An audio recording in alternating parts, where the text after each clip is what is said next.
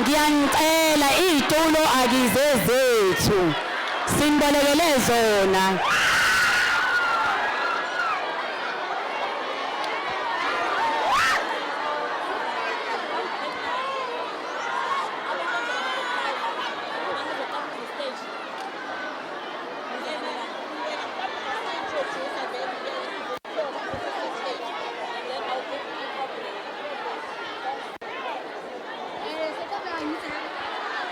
Ngisacela sihlale phansi sizokwazi ukuqhubeka nohlelo.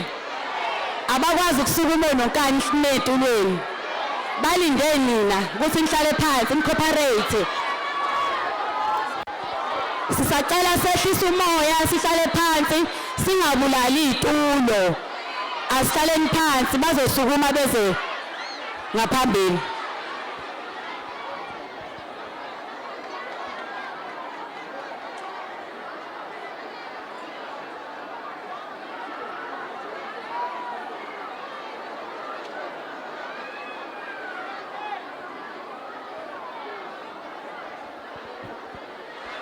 Sesiya cooperate ayo namhlanje.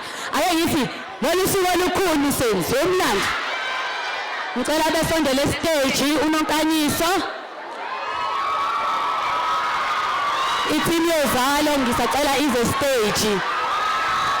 Sizoyethula. Ngisacela zini ngapha. Yes. DJ, ngicela sibasukumise ngengoma. Bayeza. Bazela phezulu. Kanhlale phansi la. Ma-asha yenzani umsebenzi.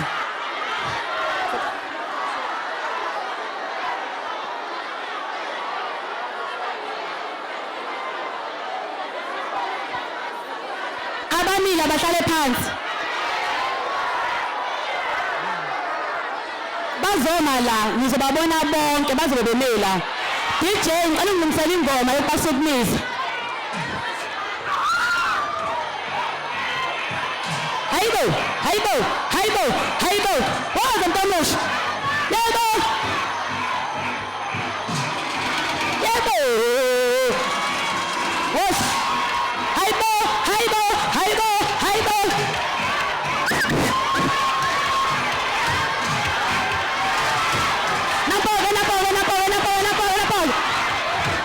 Sukuma nonkawo waza sukuma nonkawo sukuma.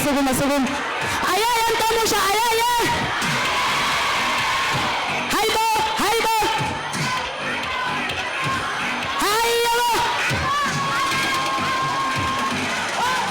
Waza.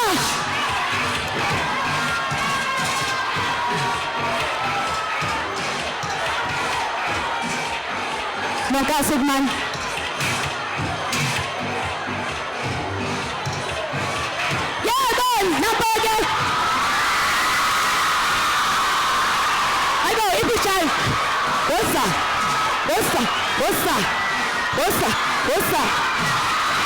What's up? Highway. Highway naman. Nimbon. Yebo. Welcome. Asam.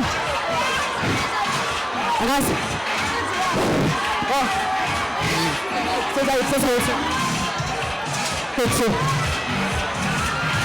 Sonane. What's up?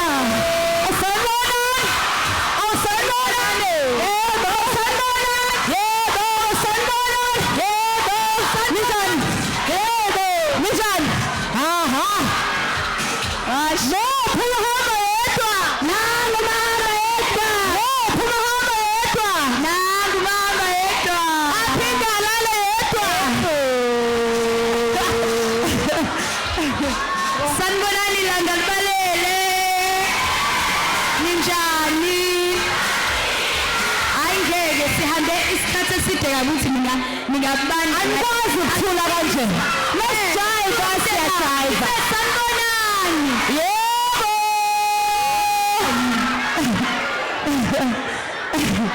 Hey, size sibili. Asisebenza ngokugcina DJ. Hamba ngolayo. Wololo. Halala. Wololo. Halala.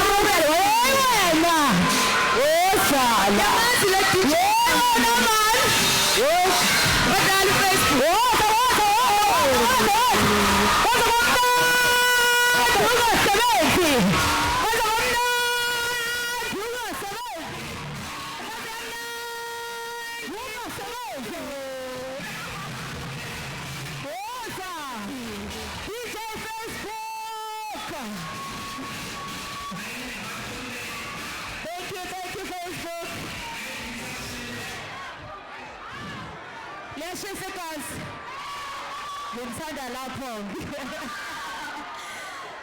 Sanibonani bawethu, ngaze ngajabula ukuba kanye nani namhlanje. Ngaze ngajabula ukuba lana namhlanje. Bakhona okwanda abakhona la somewhere. Bakhona osibonelo. Chips mina. Igama lami uThuthuka Mthembu, ngiyazi kodwa ukuthi ningazi ngelami nonka. Kuyangijabulisa kakhulu ukuthi ngibe lana, ngiyaqala ngqa ukuza lana. I would not have it any other way. I'm so happy to be here today. Before we even continue, it would not be right. We must observe the protocol. Bakwethu ngithanda ukubingelela nje. Honorable Mthelezi, I'd like to pass my greetings to Councillor Zamasibisi ngiyabingelela. Ku-Speaker, ngithanda ukubingelela kuLihle Nqubeka, Councillor Lihle Nqubeka. Asikwazi ukuqhubeka azanele ukuhlala phansi. Uthini? Hayi hlale phansi. Ibambe umthetho. Hayi hlale phansi. Ibambe umthetho. Hayi hlale phansi. Ibambe umthetho. Hlala phansi. Senhle. Hlala phansi. Senhle. Siyabonga. Ave ngimthanda ngoba ave ngilalela and ave ngibahle. Ake siqale phansi ke lento bawethu. Let's be quiet khona sizozwana. Senze lokho esikuzele. Impela sizojabula kodwa into esiyisho namhlanje ibaluleke kakhulu. Hayi ngalana ke ngathi bathanda ukwenza into yabo yodwa. Ama-ushers sicela silekelele. Ma-ushers sicela silekelele. Ngiyacabanga ukuthi singaqhubeka neprogram yethu. Kade ngisabingelela ke ngoba kwenziwa njalo uma ufika endaweni. Honorable Mthelezi, ngithanda ukubingelela, ngihamba ngedwa, ngihamba nokusimabika lana. Ngithanda ukubingelela ikhansela uZamasibisi, ngibingelela ukhansela uLihle Nqubeka kanye noMntungwa ispeaker sala Inkosi Langalibalele. Siyabonga kakhulu ukuthi namhlanje sikwazile ukusiletha lana. It is a huge pleasure ukuthi umsebenzi siwenzayo uyasithatha uzosifikise nakulezi indawo ekanjena esingajwayele ukufika kuzona. Uthando lweni lubaluleke kakhulu kuthina, ingakho it's very important ukuthi sibuye siphume naseThekwini sike sibone ukuthi kahle hle loluzalo oluthandwa kangaka lithandwa oba. And siyazi ukuthi imina, had it not been for you ukuthi anilibuke nje uzalo, umsebenzi wethu ngaba ubalulekile namhlanje. So sithi nje thank you. Siyanthanda kakhulu. Kuyasijabulisa futhi ukuthi sikwazile ukufika lana namhlanje. Siyabonga kakhulu nonkawodini. I'm sure baningi abafuna ukulinda la ngaphandle. Yey. Ngimbhekile. Ngicela ukubingelela ngokhethekileyo baba Meya ubaba Mthelezi and nabo bonke abantu and all protocol observed. I'm trying, guys. Igama lami njengoba singishilo nokuthula wamabika obedlala yena uThobile lapha kuzalo. Besifisa nje ukuthi simvakashele namhlanje sisho ukuthi siyamthanda one first and foremost. Siyamthanda, sinendaba nani and siyabonga kakhulu ukuthi kulolu suku la namhlanje nikhethe ukufika lana nangaba absent naphelela ngoba insuku ezifana nalezi ayijwayele ukuvela noma yinini. So leli thuba kumele nilibonge nilijabulele futhi nilisebenzise. And I hope ukuthi njengoba nilana you guys have learned so many things njengamanje. Ngicabanga ukuthi ke iyona ndlela leyo ukuthi udecide uma ukuthi kuyenzeka ukuthi mhlawumbe uthole ukuthi usuka grade 11 grade 12 but awunayo show ukuthi yini ofuna ukuyenza. Ngicabanga ukuthi ithuba eli-right leli lokuthi ubuze la ufanele ubuze khona. But I think into ebalulekile kunako konke ukuthi ugqugquzeleke ukuthi noma bekuthiwa isikole sibukeka sinzima kangakanani noma akuthiwa kunenkinga engakanani ekhaya eyenza ukuthi ubone ngathi awuzukufika la kufanele ufike khona. Sizomkhumbuza nje guys ukuthi it is possible. Nami walema khaya eJozini. Nami nje kodwa nakho ngiyazile ukuthi ngivele ku-TV so kahle kahle sifuna uzoba ama-testimony. Hey isingisi bafethu. Kodwa nje sifuna ukuba ofakazi kunini ukuthi it does not matter where you come from guys. Akunendaba ukuthi usukaphi, akunendaba ukuthi ucabanga ukuthi uhlukumezeke kangakanani nezinto edlula kuzona ukuthi awunabo abazali ukuthi uyahlukunyezwa. Sithi nje bekezelani lani khona ningakhohlwa ukufocusa. Uyabona njengoba kumnandi kanjena futhi also this is the time, grade 11 and grade 12 is the time when you should focus less on friends and more on your future. Because musukhulile ngangathi uyabona ukuthi yabo lento engangiveli ihambe ingasebenzi kahle. Uyabona lento leyo. But I'm not saying ukuthi ngabaveli ishabangani. So we appreciate you coming out today ukuthi nizoncela lolu lwazi enilethele umasipala lana. Siyabonga kakhulu guys. Sijabulile ukuba nani and asihambi ke sobabili. Sihamba no DJ Facebook. DJ Facebook ngangifunda naye varsity. Ngayifunda lento le. Yambona DJ lo. Hey, anithethela lonke amaqaleni la. Sifundile guys through izinto ezifana nalezi. So nilisebenzisa ithuba elifana naleli ukuze nifike la nifuna ukufika khona. DJ Facebook on the ones and twos. Phinde futhi sihambe nontaba yaseDubai.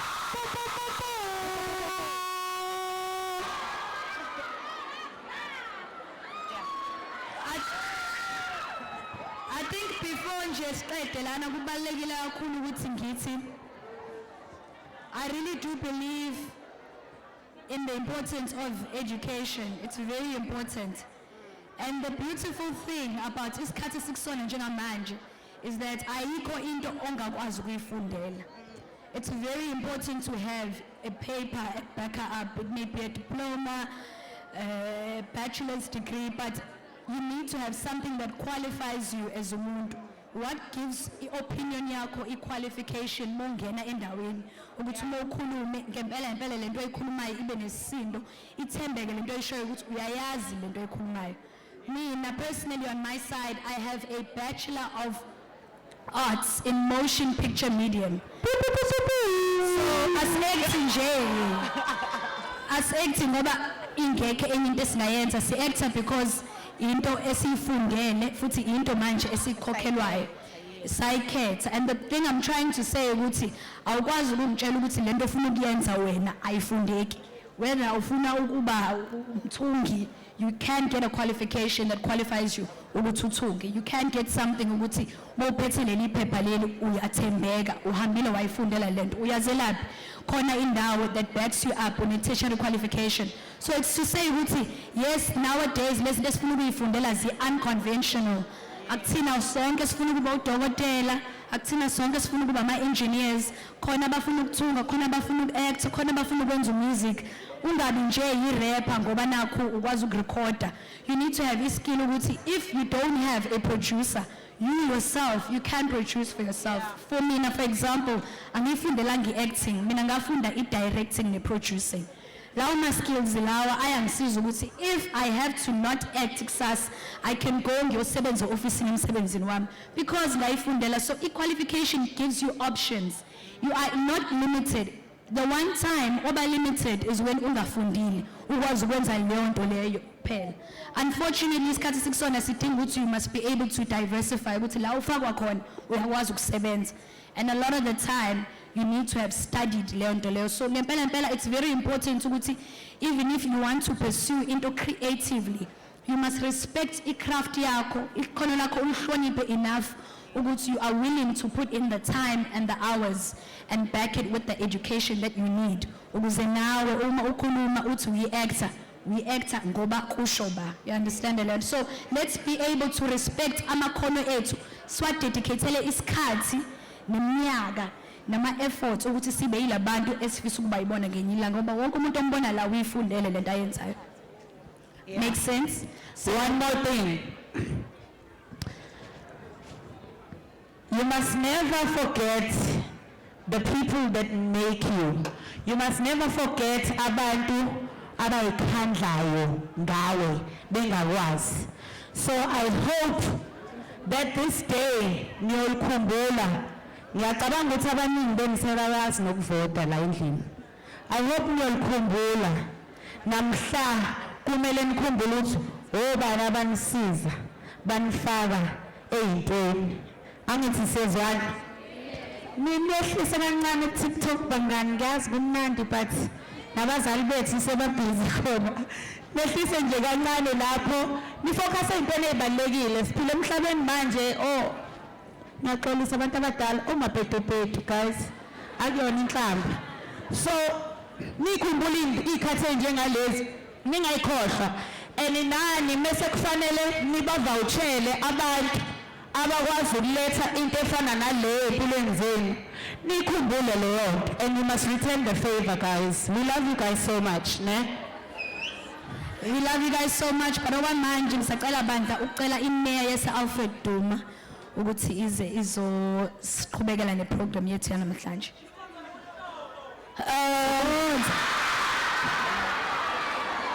Sonkonza. Siyabonga kakhulu, siyacela ukuthi ngisacela sizame ukuthi sehlise umsindo sekuzophela. Kumele siphume la ethendeni sibuyele kulawa amathende. It's a short program ephuthumayo. Ngiyacela sizameni ukwehlisa umsindo, silaleleni ama exhibitor ethu azophuma ahambe masingaqedi la. Azameni ukwenza isikhathi sethu sibe sincane sizokwazi ukuthi sifake wonke umuntu okhona. Ngiyabonga.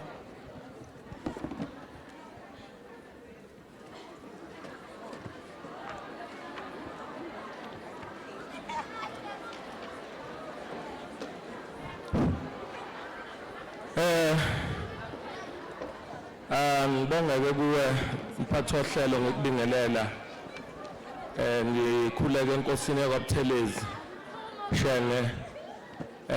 Ngibingelela umhlonishwa umeya wala Inkosi Langalibalele umfowethu umduduzi Miyeza, uSpeaker wala Inkosi Langalibalele Mashobana, Speaker wasothukela udadewethu Lihle Nqubuka,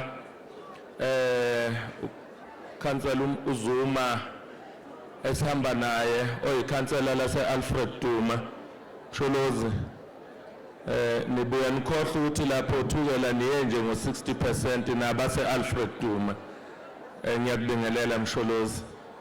Ngiyabingelela kumakhansela onke akhona ala Inkosi Langalibalele. Ngimbonile uKhabazela oChief Whip ala ekhaya namakhansela amanye obaba Umbatha. Ngiyawabingelela ama-officials ala Inkosi Langalibalele. Akhona ama-officials wa Department of Education, abahloli ngibabonile bekhona la, abezindaba, bese ngibingelela abekhungo zemfundo. Ikhona le yansizwe ngiyibona igijima la madoda yakwa Boston College. Was it Boston? Ngiyibonile le yansizwe igijima la. Ngiyanibingelela nonke, sanibonani. Ngiyabingelela kubafundi, sanibonani batabami. Sanibonani ngapha. Ngiyanithanda kakhulu ke nina bafundi ngoba nina nje uma ngibona nina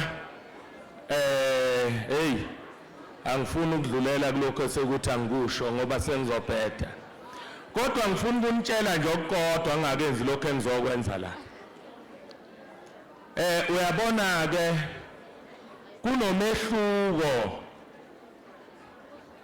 kunomehluko phakathi kwebhizinisi likahulumeni noma kwesikhungo sikahulumeni nesikhungo esi-private, a private institution. Uyobona ke uyazi ukuthi umuntu uma ngabe advertise into yakhe akenza ngayo profit yokwenza konke okusemandleni. Bengifuna ukusho lokho nje.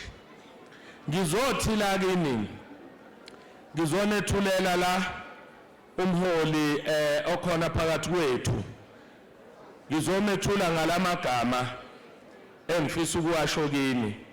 Ngifisa ukuqala nginiquote nje lapha eBhayibhelini ngoba nina njengamanje you are beginning your journey. Anothi manifike emakhaya nifunde incwadi kaJoshua uchapter 1 nifunde uverse 3. La kuthi khona zonke indawo la kuyonyathela khona amathe onyawo lwenu ngininikile zona.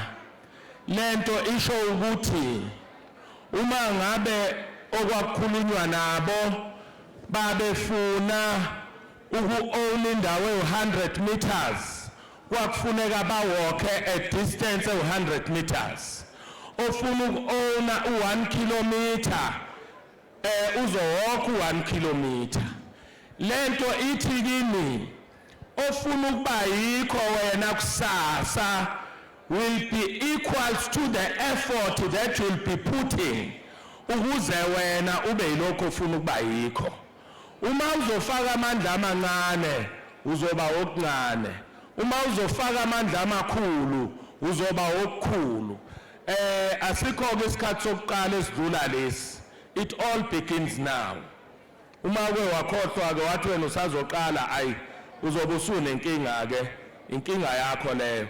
Kodwa iqiniso lithi nje your future isezandleni zenu. Ukuthi bright kangakanani, successful kangakanani impilo yenu, it depends on you. Phakathi kwethu ngifisa ukunethulela umholi oyinkosi, inkosi yakwaButhelezi, inkosi yaseMbongombongweni oyilunga lePhalamende eCape Town. Umholi engimethula phakathi kwenu lapha ePhalamende useva kuyiportfolio yakwa-finance. Umholi ohlala kuyiportfolio ekhulumisa imali zakulelizwe. Umholi engizomethula phakathi kwenu uDeputy President we-IFP. Ngiyafisa ukunethulela umholi uhlobo olungandile ngoba uhlobo olukhona lwabaholi manje bayathanda ukuba popular ngokuthi bagcine bengakhuluma izinto eziyiqiniso kodwa bakhulume lezi ezizobenza babe popular. Nginethulela phakathi kwenu umholi ochuza ukuthi abe unpopular then ukuba popular ngokuthi akhethe ukuma eqinisweni no matter ukuthi abantu bazolithanda noma bazolithanda. Phakathi kwenu ngifuna ukunethulela a straightforward leader, a straight talker, umholi ongajikelezi uma ngabe kufuneka akhulume, okhuluma lento akasuke ekholela ukuthi yiyo ngaleso sikhathi akakhuluma ngaso. Ngiyafisa ukunethulela phakathi kwenu ikusasa lakulelizwe neli ikusasa leqembu le-IFP. Ngiyanethulela bafundi nani nonke nikhona la, inkosi yakwaButhelezi Shenge Ndabezitha singabakho.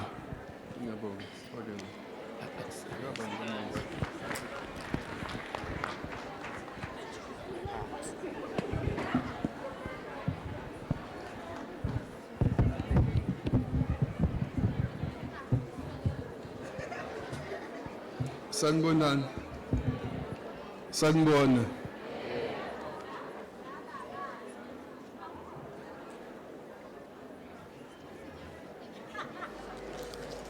Ngicela ukubuza ukuthi lezingane zale uniform, can you stand up man? Just where are they coming from? Which school?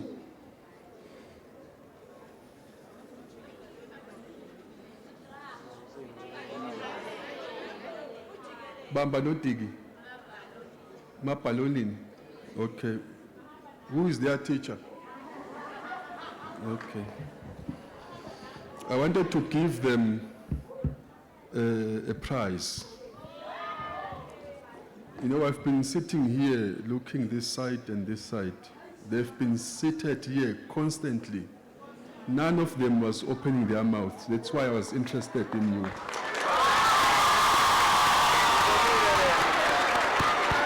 You know, you drew my attention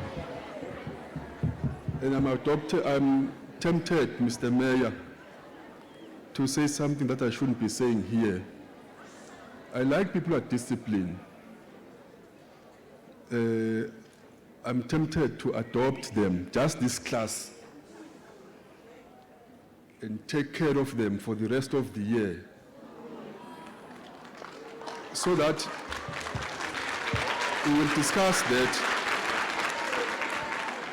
When we are done here, I want to meet their teachers so that we discuss that. Program directors, I greet you all. The Honorable Mayor of Inkosi Langalibalele, Councillor Mieza, the Deputy Mayor, Councillor Udladla, and the Honorable Speaker, Councillor Kumal, and the Honorable Mayor of Alfred Duma Municipality, Councillor Sbisi, the Chief Whip of Inkosi Langalibalele, Councillor Mkhize, who's present, members of the Mayor's Executive Committee, all councillors present, senior officials from the Department of Education, reps from different companies and institutions present, members of the community, prospective students, learners, parents, and teachers. I want to greet you this afternoon.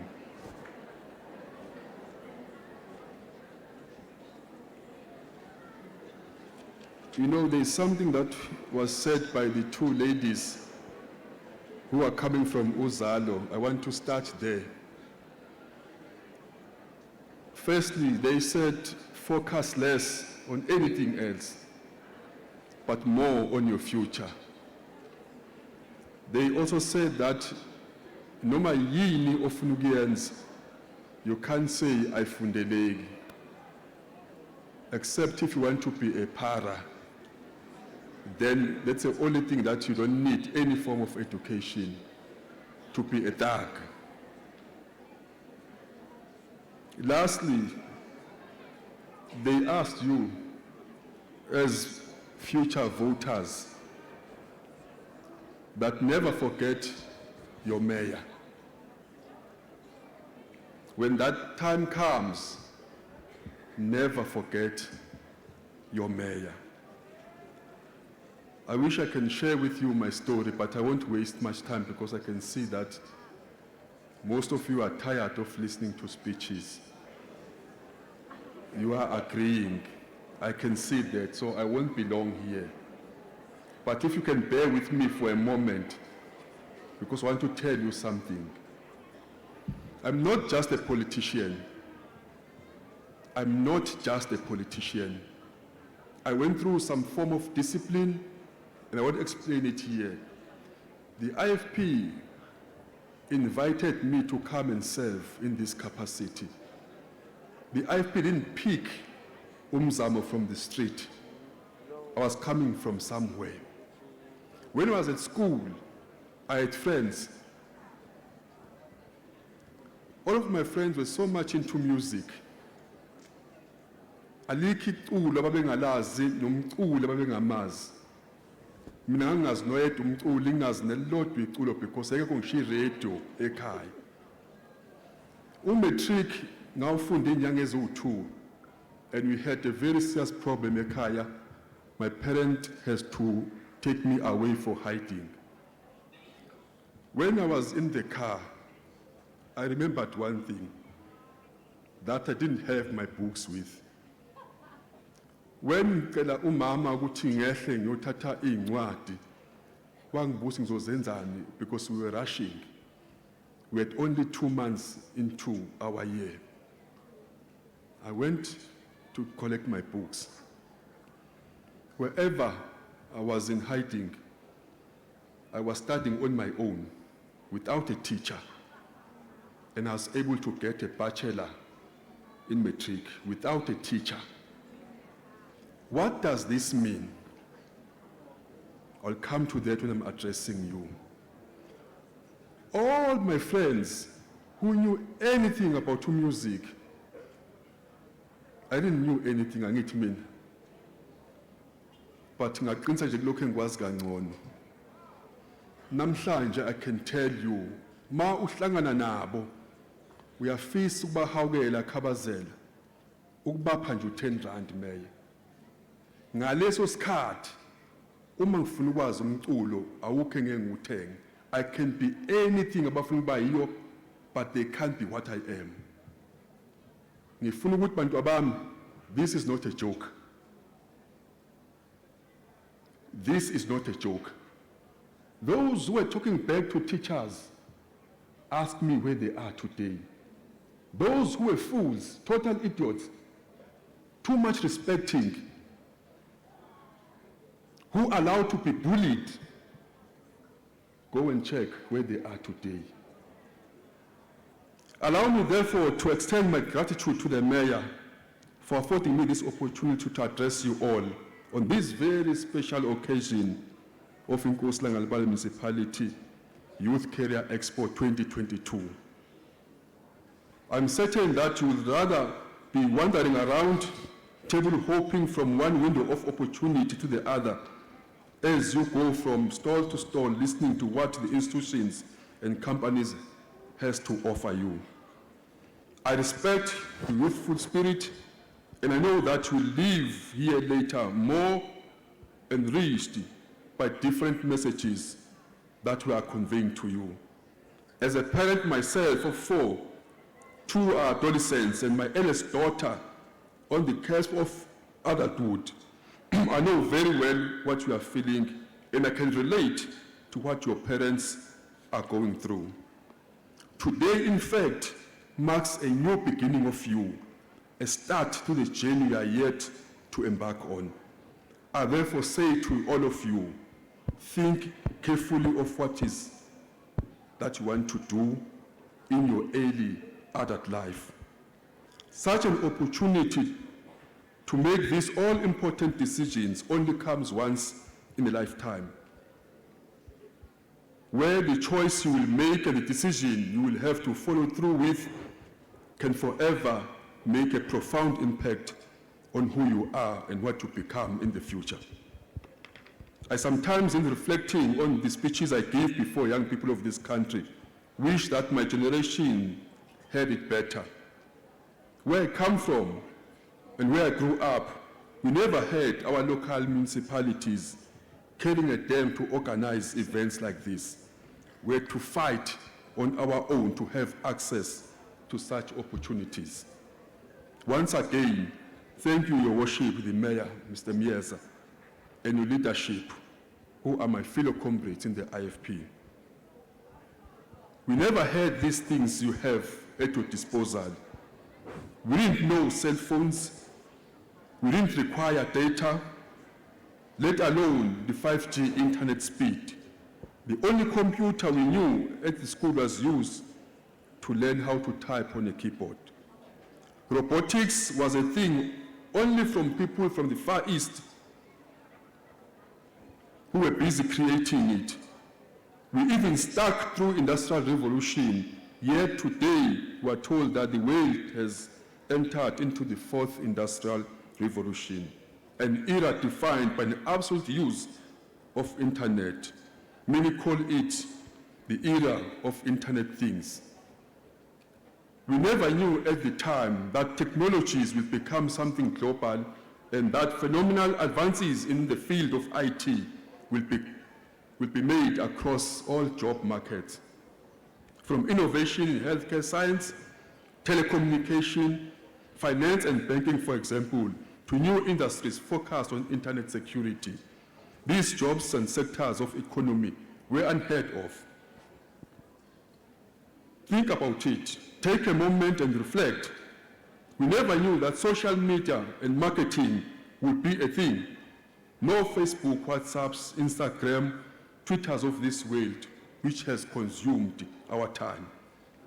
It's therefore extraordinary, Honorable Mayor, that we never knew that at this time, on this day, young people of our country, people from this community, will be able to attend such a career expo in the heart of rural KwaZulu-Natal.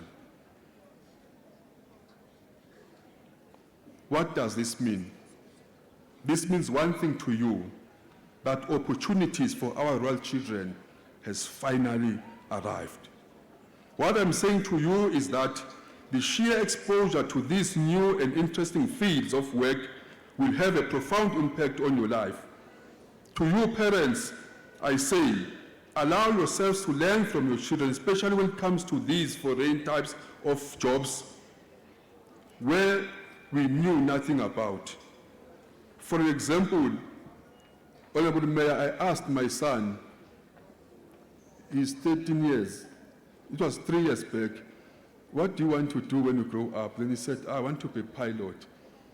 I was a bit not okay, because I thought he was going to say something to do with public service, because as a young prince, he has to know what to do in the future, but I didn't want to disturb him. Last year, he then came to me and said, Sheng, I've changed my mind. He wanted to do this Formula One racing things, I said, are you crazy? Then I had to hold back because I didn't want to disappoint him. But he saw that I was very frustrated.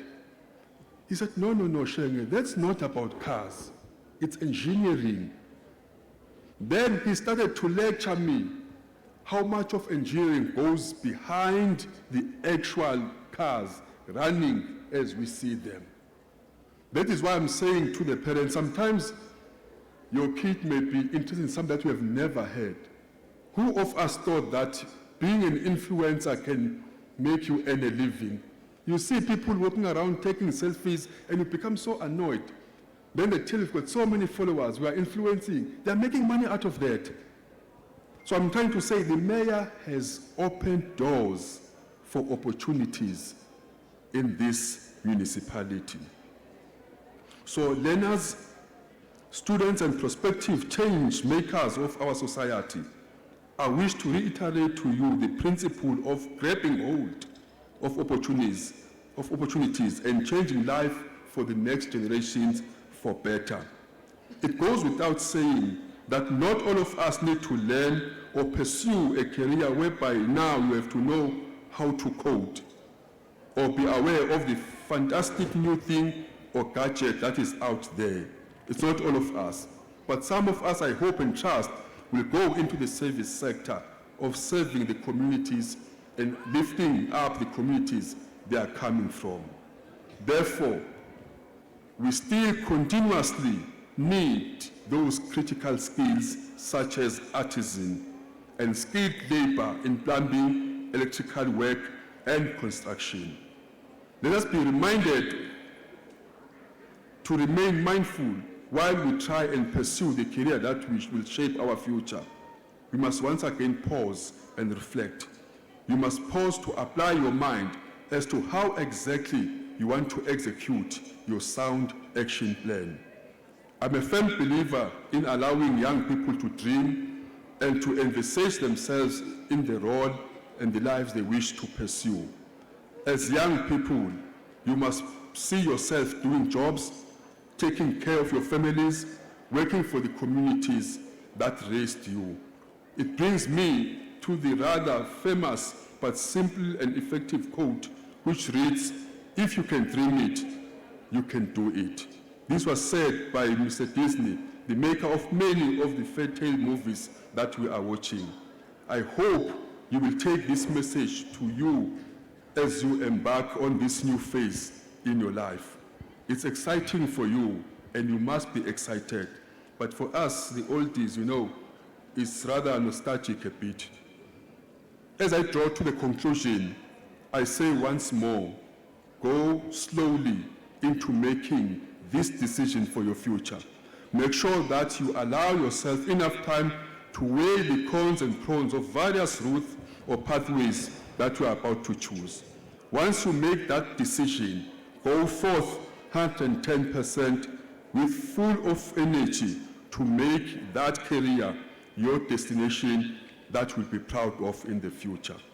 I want to leave you with remembering the words of the founder of Inkatha Freedom Party, the President Emeritus, and the founder of this party, His Excellency Prince Mangosuthu Buthelezi, when he said to the youth of 1976, When demagogues were calling for liberation now and education later, he advocated for education for liberation.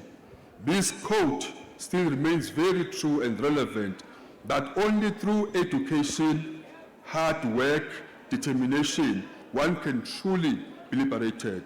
We have now won our freedom. Let us pursue economics and social justice in our lifetime through education. As much as we blame our education system for poor results and not producing the kind of skills that are required by the job market, but to the main, the contributor to that is the fact that our kids are not exposed to such opportunities that the mayor is exposing you to. So our kids are not guided properly and not given enough exposure to better understand the decisions that they are taking career-wise. This is why I salute you, Mayor, for being able to identify the gap and taking a decision to close that gap. Thank you very much. I wish you luck in your endeavors.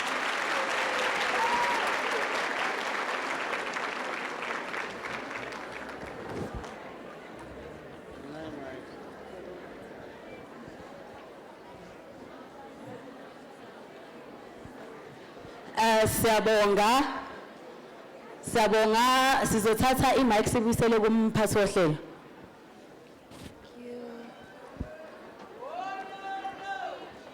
Asiphinde simshaye. Shukman kancane. Alala. Yewena. Usala. Yewena man. Kusazoba mnandi angithi.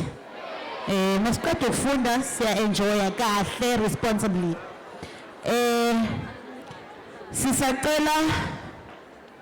Sacela bandla sisukumisa uKhansela Mbatha ozosenzela i-vote of thanks.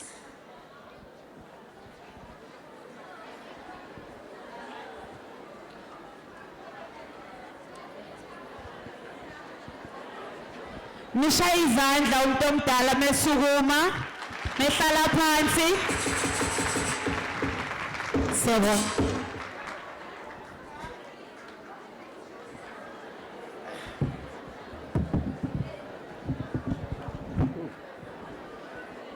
Angithathe ithuba ngibingelele kumhlonishwa umeya uMduduzi Mnyeza ngibingelele kundaba ezitha Inkosi yawaButhelezi Shenge ngibingelele umeya wethu Alfred Duma ubaba Mahlase ngiyabingelela kusomlomo wasekhaya ubaba uMntungwa ngiyabingelela kusomlomo wasothukela uKhansela uNqubuka ngibingelele kuKhansela uMsholozi ngiyabingelela kumakhansela wonke esinawo Inkosi Langalibalele akhona kamakhansela amanye aqeda kufika aqhamase eAlfred Duma ngiyabingelela ke kuShifu wethu ubaba uGcwabe ngibingelele ke uthisha bonke abaphelezela abafundi bakhona la ngaphakathi ama-departments onke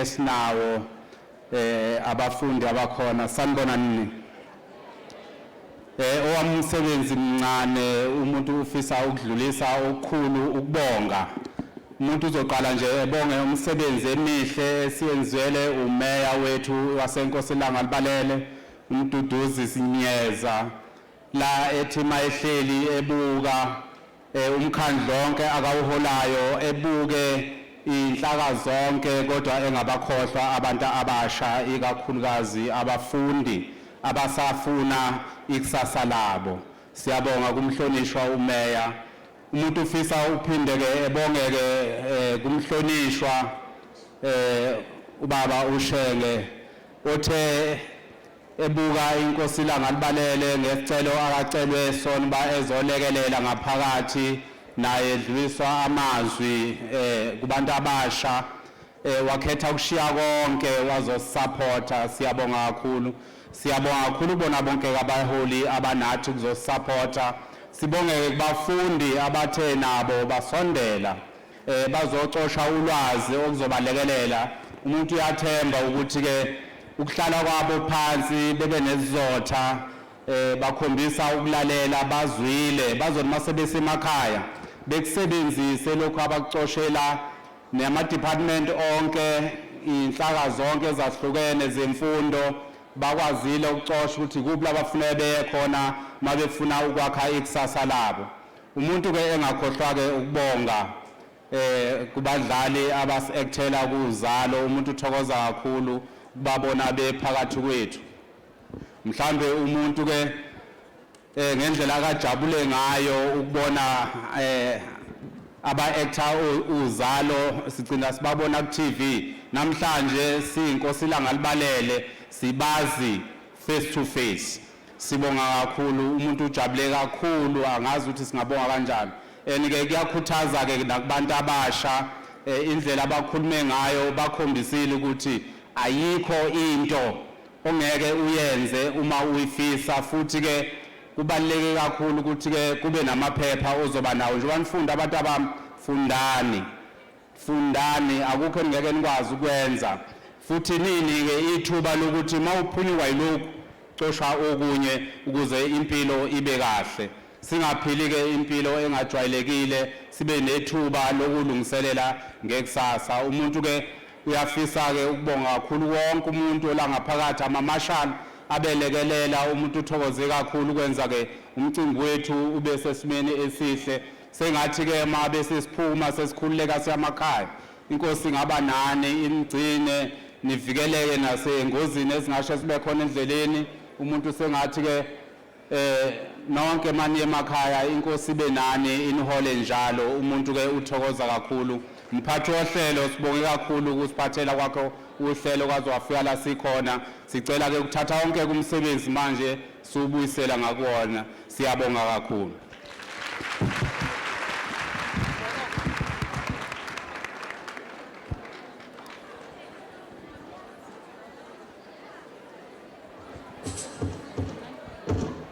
Ngisacela othisha isikole nesikole ngicela uthisha yedwa ngicela ukuhlangana naye ngaphandle la nje emnyango.